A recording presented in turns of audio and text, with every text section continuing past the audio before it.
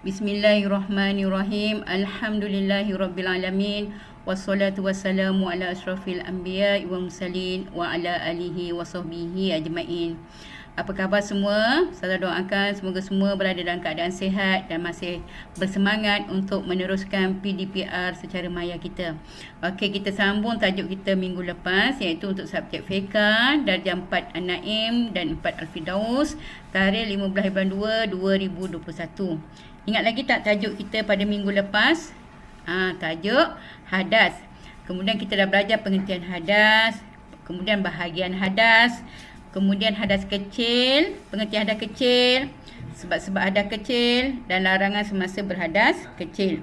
Jadi hari ini kita sambung tajuk pengertian hadas besar, sebab-sebab hadas besar, larangan semasa berhadas besar, ya. Okey. Sebelum kita memulakan pembelajaran kita hari ini, saya nak semua anak murid macam biasa keluarkan buku teks, pensel dan pembaris, ya, untuk kita garis, untuk kita tandakan tajuk yang kita dah pelajari minggu ni. Okey, pada akhir pengajaran dan pembelajaran, Ustazah harap murid dapat pertama menyatakan pengertian hadas besar. Kedua, menyenaraikan perkara yang menyebabkan hadas besar. Yang ketiga, menyatakan larangan ketika berhadas besar. Okey, hadas besar. Minggu ni Ustazah ambil dari buku teks kamu untuk senang kamu nampak, ya.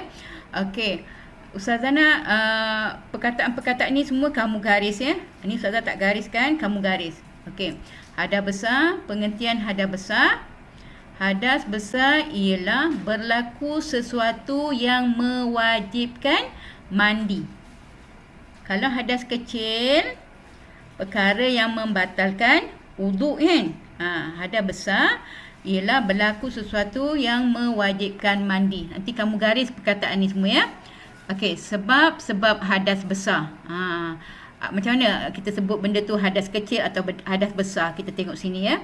Apabila berlaku perkara-perkara berikut, hendaklah mandi wajib. Kalau hadas kecil, kita nak bersihkan dia, nak cuci dia ialah dengan mengambil wuduk.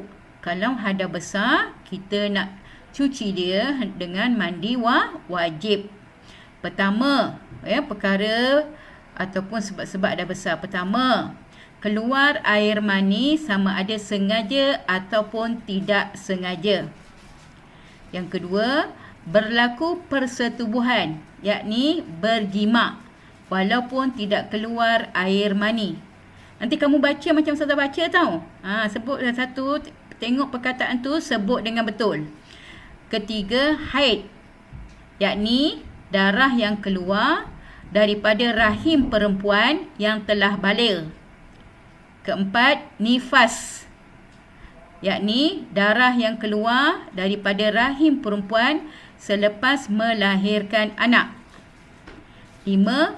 Wiladah, yakni bersalin atau melahirkan anak. Keenam, mati, kecuali mati syahid. Orang yang mati syahid, dia haram dimandikan, ya. Okey, seterusnya. Okey, larangan semasa hadas besar, ya. Dekat sini larangan semasa hadas besar dia asingkan, ya, untuk laki perempuan dan untuk perempuan saja. Okey, larangan semasa hadas besar. Pertama, solat fardu atau sunat, termasuk sujud syukur, sujud tilawah dan membaca khutbah Jumaat, ya. Ni kalau hadas kecil pun tak boleh juga. Sama benda ni. Hadas kecil pun tak boleh, masa hadas besar pun tak boleh. Kedua, tawaf. Tawaf semasa hadas kecil pun tak boleh, hadas besar pun tak boleh. Maknanya sama. Ketiga, menyentuh Al-Quran. Sama juga. Keempat, berhenti atau berulang alik di dalam masjid. Nanti perkataan-perkataan ni kamu gariskan, ya. 4 perkara ni kamu gariskan. Okey, larangan bagi perempuan haid dan nifas. Pertama, puasa. Perempuan yang datang haid tak boleh puasa. Haram puasa. Dan dia wajib qadha, ganti. Okey, nombor 2, bercumbu-cumbuan seperti bergurau dengan suami, menyentuh antara pusat dan lutut. Nombor 3, bersetubuh yakni jima'. 4, suami menjatuhkan talak terhadap isteri yang sedang haid dan nifas. Ya, gariskan perkataan ni. Okey, tugasan yang perlu dibuat setelah kamu baca, setelah kamu dengar slide Ustazah ni ialah pertama, kamu gariskan perkataan yang bergaris, ya, yang saya sebut tadi. Ya, Ustazah minta maaf sebab tadi Ustazah tak gariskan. Jadi kamu gariskan, ya. Nombor 2, baca perkataan yang bergaris secara berulang kali atau latih to be sehingga kamu benar-benar lancar, ya. Ketiga, setelah kamu lancar, kamu dikehendaki menghantar tugasan dengan cara membaca perkataan yang bergaris dan hantar tugasan secara voicemail ke nombor telefon Ustazah, ya. Tak perlu hantar ke WhatsApp group, ya. Keempat, jangan lupa tuliskan nama penuh dan darjah setiap kali menghantar tugasan. Ya, untuk minggu ini itu sahaja. Ustazah ucapkan terima kasih dan jumpa lagi insya-Allah.